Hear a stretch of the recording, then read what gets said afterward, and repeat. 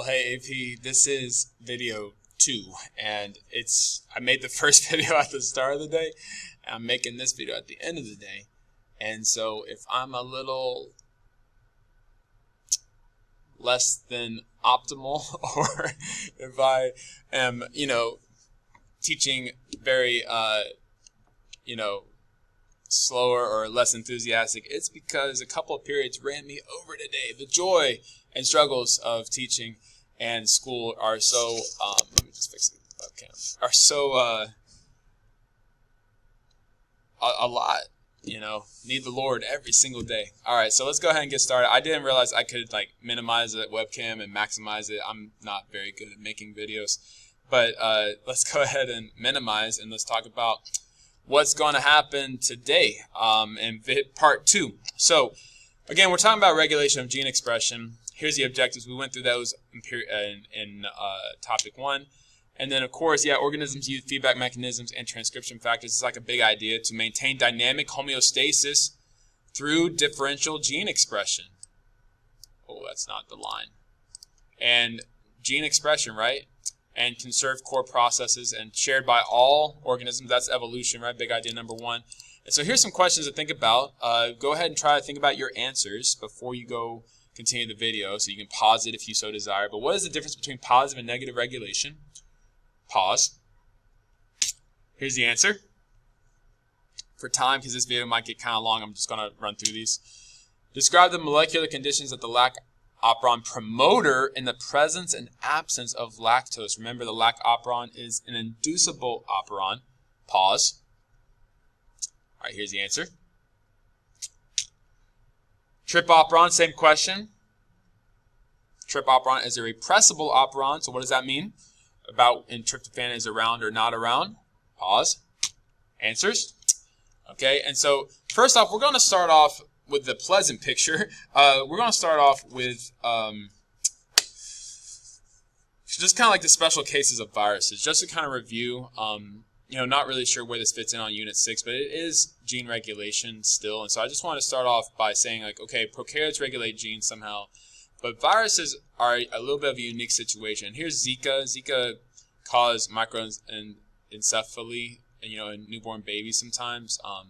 And here's Zika's virus, and here's its genomic polyprotein, making different proteins and all of that. 10,794 base pairs.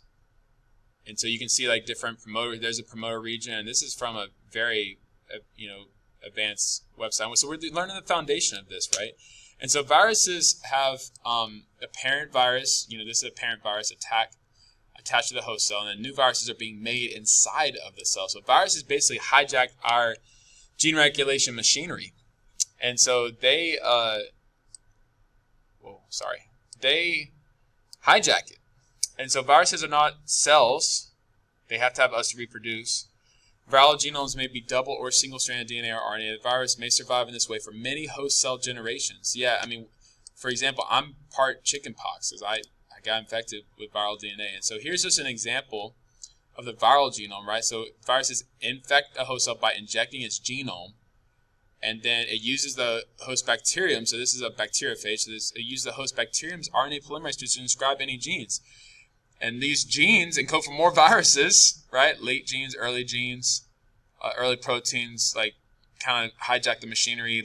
Late genes are kind of making more viruses. And cell lyses or bursts and releases more viruses. And that's crazy. Common example in biology is HIV. It infects immune system cells, which makes HIV pretty sinister, it goes after your protective system. The virion is enclosed in a membrane from the various host cell, which fuses with the new host cell's membrane. So HIV is a retrovirus. What does that mean? It means its genome is RNA. Usually we think genome is DNA, but with an HIV retrovirus, it's RNA. So here's an enzyme, transcriptase. And so reverse transcriptase makes a DNA strand from RNA, and of course it makes tons of mistakes. And so that's why sometimes it's hard to come up with treatments for these viral illnesses, especially with retroviruses, because reverse transcriptase makes tons of mistakes. And so viruses mutate very, very fast. And so here's just another picture of how viral RNA, reverse transcriptase, gets input into the host chromosome, which means you're infected for life. Pretty crazy thought right there. And then new viruses are assembled. I gave you this in your notes, this table. If you can, or have the desire or ability to, I would fill it out right now. I'd pause it, fill this out, see what you remember or know. And if you don't, here are the answers. You can pause this and fill that out. I'm not going to explain all this. I explained all this in the first video. All right, so here's some opening questions. Can you identify some key differences between prokaryotes and eukaryotes? Do all your cells have the same genes? Are all your cells expressing all the same genes simultaneously? Can you answer those questions? And so differential gene expression, eukaryotic cells. So this one's more about eukaryotic cells. So eukaryotic cells must also regulate expression of their genes. Some are constitutive, which means they're always on. Others are inducible, which means they are flipped on. Okay. In multicellular organisms, regulation of genes is essential for cell specialization, which means certain cells, all cells don't look alike. Like your skin cells look completely different than your red blood cells, than your neurons, than the intestinal cells lining your digestive tract. I mean, they all look so different. And so how do they look so different if they all contain the exact same instructions for life? Well, that is gene expression, the different regulation of gene expression, differential gene expression. So almost all the cells in an organism contain identical organism. Sorry, that doesn't make sense. We should probably say genome there. And so differences between cell types result from differential gene expression. So that is the expression of different genes by cells with the same genome. Abnormalities in gene expression can lead to imbalances and diseases, including cancer. It's a problem. Gene expression is regulated at many different stages. And so here's an example, like nails versus blood cells. Like they have similar, the active nails, in your nail bed. I mean, we all need to be making, glycolysis enzymes. So those are constitutive genes. But how does a nail cell look very different than a red blood cell? Crazy different, right? And so very different. Of course, regulation of transcription, or transcription in bacteria versus eukaryotes. This is just kind of examples. There's one polymerase. There's multiple different RNA polymerases. You don't need to know that. Few promoter regions, many promoter regions. Again, you don't need to know that. Just know RNA polymerase. Initiation of transcription. Many proteins are involved, so there's more complex regulations in eukaryotic cells.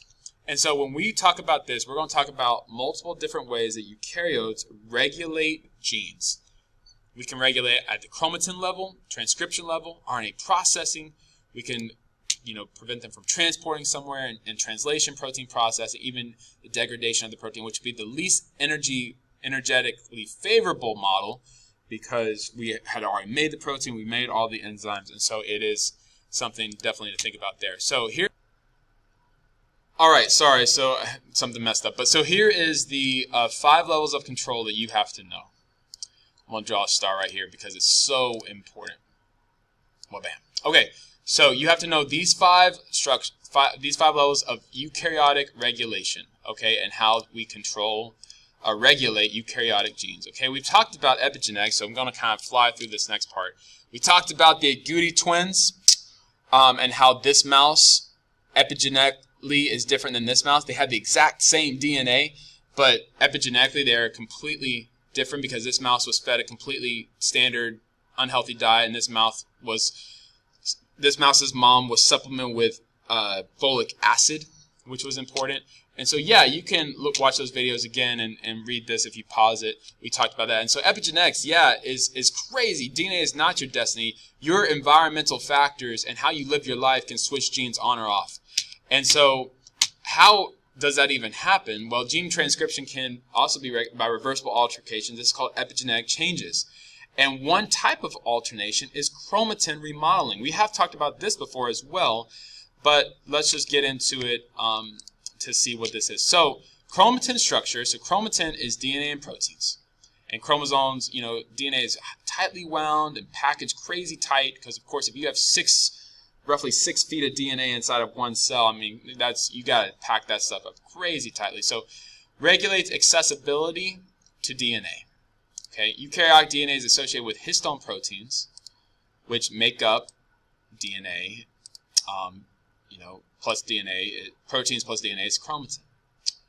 Nucleosomes are DNA, the group of 8 or so molecules. So you have like a nucleosome fiber joining up. They look like beads on a string. They've seen this underneath microscopes. And so this can actually lead to gene regulation because epigenetic inheritance occurs by the addition of methyl groups. They talk about that in the mouse video, Gucci mouse video. Methyl groups modifying the function of genes and affecting gene expression. So that we're going to talk about two things: acetylation and methylation. Okay. So the first one, here you go. DNA methylation. Methyl groups are added, and so this actually. We'll start with acetylation. So in histone acetylation, acetyl groups are attached to amino acids. So here's the amino acids, or this is what a cell group looks like, sorry. And it's attached to amino acids in histone tails. This generally, here's the key, and this is why it's blank, loosens chromatin, promoting transcription because the gene is available. Okay? The addition of methyl groups condenses chromatin and reduces transcription. You want some genes turned off. What if those genes lead to obesity or atherosclerosis or heart disease? You want those genes off. Okay, remember the mouse, yellow versus brown. Yellow, unhealthy, obese, prone to disease. Mouse, other mouse, brown, healthy. And so here's unsetatylated histone groups. And then when you add the acetyl groups, you can see it loosens it, which allows for the DNA to be read and transcribed. Methyl groups, individual genes, are usually more heavily methylated in cells where they are not expressed. So this is usually cytosine, and once methylated, genes usually remain so through successive cell divisions. And this can even be passed on to your children, which is crazy to think about. How you live your life can be passed on to your children. And so this is called epigenetic inheritance. It can be passed on. But unlike DNA, epigenetics can be reversed. So it matters how you live your life. So that was level 1. Okay? Chromatin modifying enzymes provide initial control of gene expression by making a region of DNA either more or less able to bind the transcription machinery. So 2 types of chromatin. Euchromatin, which is like true chromatin. It's active. It is being read. This chapter is being read and we're making its products. Heterochromatin, this is just definitions. We talked about these before. Inactive. Methyl groups. These are great contrasting note cards waiting to happen right here. Okay? You can see that's how DNA is organized. We've done this research in twins, and they found, these epigenetic changes are different once they grow up. An example is how females have 2 X's and 1 X is inactivated, and that's called a bar body. And so we see this in calico cats. We talked about that in genetics. Okay. The next level of control. All right, so the next one is transcriptional control. So associated with most eukaryotic genes are multiple control elements. These segments of non-coding DNA serve as binding sites for transcription factors. Again, non-coding DNA. 1.5% of your DNA encodes for proteins, right? So much regulation is involved. Control elements and the transcription factors they bind are critical for precise regulation. Control elements, transcription factors, determining which genes are being expressed. Okay, so here's a picture. Enhancer is upstream, so upstream, which means 5 to 3, right? So upstream, here's your enhancer region, distal control elements. You have proximal, distal means farther away, proximal means closer, proximal control elements. Transcription start site, course of promoter, that's where RNA polymerase binds. You have the exons, introns. Got to process those introns out. You don't want them in, right? Add a 5' cap, poly A tail, which both helps the mRNA leave and not get degraded. Okay? But you have control elements determining all of this. You have situations. So transcriptional control is the most critical. Why? It's all about energy. We're saving energy so much more if we just don't even read the chapter. We don't even read the gene. Transcription is controlled by proteins called transcription factors, which assist the binding of RNA polymerase. There's activators, which enhance it, right? DNA will loop and allow the activator to interact, so there's like a looping. We saw that in a video. Transcription factors are always present in the cell, but most likely have to be activated. Think about phosphorylation there, possibly right, before they will bind. A common core sequence where polymerase binds and initiates transcription is called the TATA box, T-A-T-A. General transcription factors bind to the core promoter, and then RNA polymerase binds and initiates transcription. Don't need to worry about the two. And so here's transcription factor, more transcription factors, and eventually RNA polymerase comes in and binds, and transcription, here we go.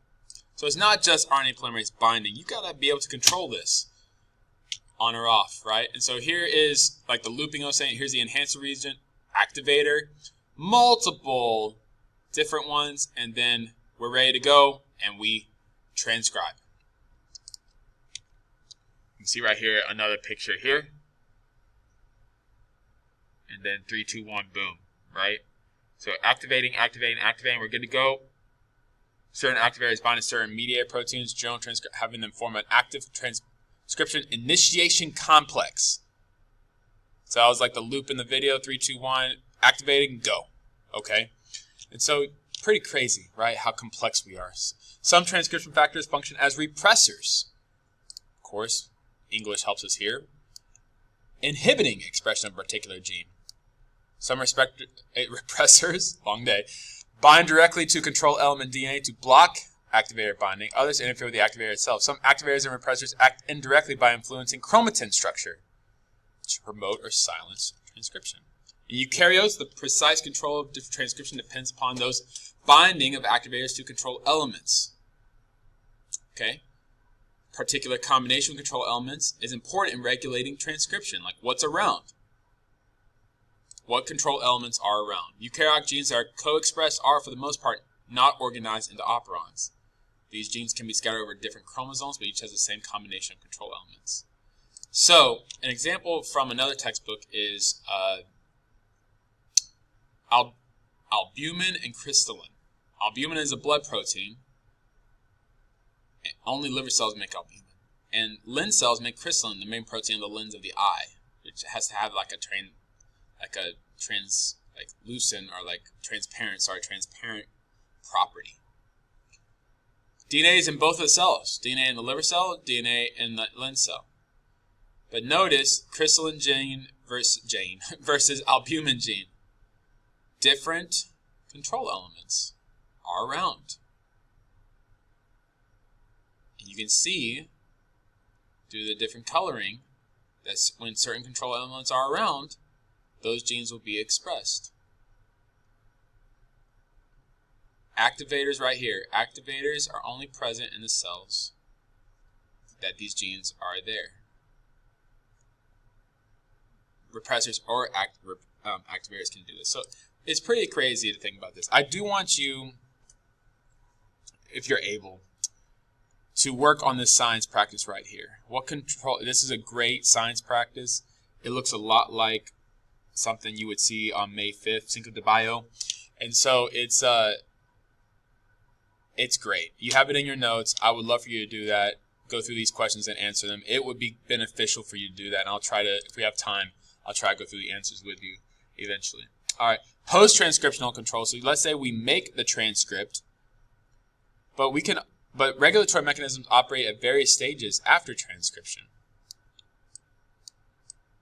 Such mechanisms allow a cell to fine-tune gene expression. So maybe we want a protein, maybe we want a different type of protein. And so this is alternative RNA splicing. We've talked about this before, so I'm going to kind of run through this.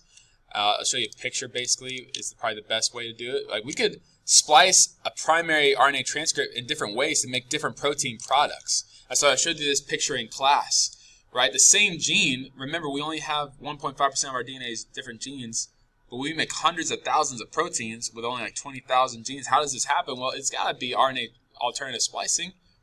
We splice the exons together differently, and we get differently shaped proteins, and therefore shape determines function, so we have different functions for these proteins. And then finally, the last two is cytoplasmic places to control eukaryotic regulation. We have translational and post-translational. So, after translation, various types of protein processing, including cleavage and chemical modification, are subject to control. The length of time each protein functions in a cell is regulated by this. To mark a particular protein for destruction, the cell commonly attaches molecules of ubiquitin to the protein, which triggers its destruction. So here's just the 1.5% of the human genome. So a very small fraction of non-protein coding DNA consists of genes for RNAs. So, like, tRNA, RNA. So a significant amount of the genome may be transcribed into non-coding RNAs. So these RNA molecules play crucial roles in regulating gene expression. They've only recently been found. These were mysteries for so long. So let's go through some of these ways that these non-coding regions of RNA can regulate gene expression. MicroRNAs are small single-stranded RNA molecules that can bind to complementary RNA sequences, and they can degrade or block its translation. So we make the RNA transcript, but these microRNAs bind to the transcript and either block it from being read by the ribosome, or degrade it. Those are microRNAs. And so then it folds back on itself, the microRNA targets it, and then the cell destroys it because it's not going where it needs to go.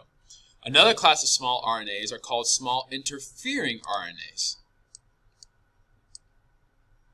And so these are similar but a different form of RNA precursors. The phenomenon of inhibiting gene expression by small interfering RNAs is called RNA interference.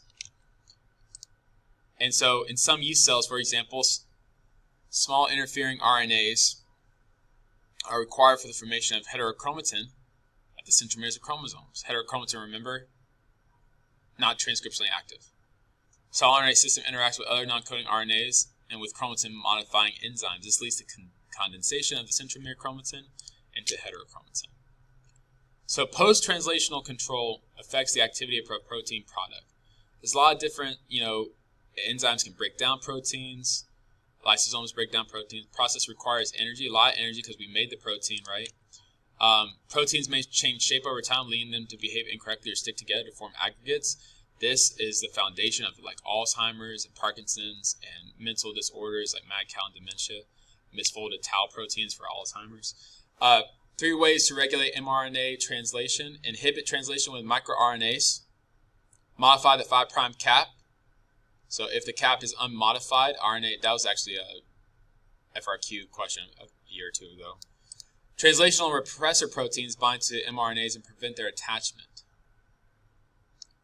Again, so complex, right? So complex. And so to answer kind of how does CREB and alcohol relate to one another, the CREB family of transcription factors, so they're transcription factors, right? We're talking about eukaryotes here. This was done in mice. Can activate or repress gene expression by binding to a response element. CREB binding is essential in many organs, including the brain. It plays a role in drug and alcohol addiction.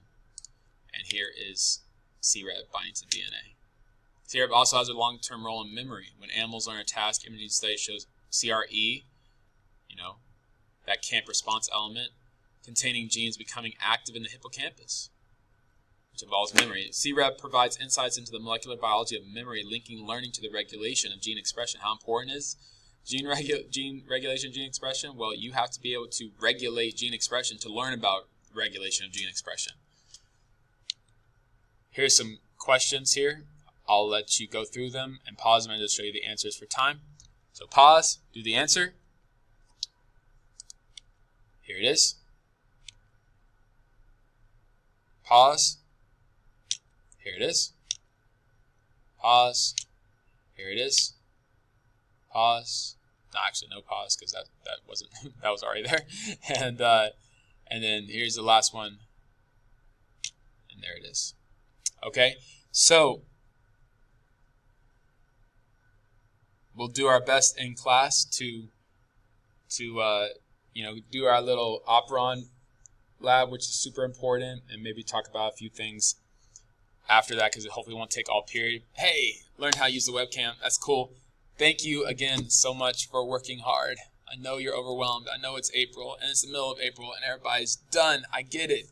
We're not going to give up. We're going to work hard and give our efforts to the Lord, and just rely on His mercy and strength and grace to see us through. And so thank you so much for watching this. I know it's an assignment, but sometimes people don't do stuff I say. Oftentimes in education that doesn't happen. I'll stop talking, but hope you have a great rest of your day.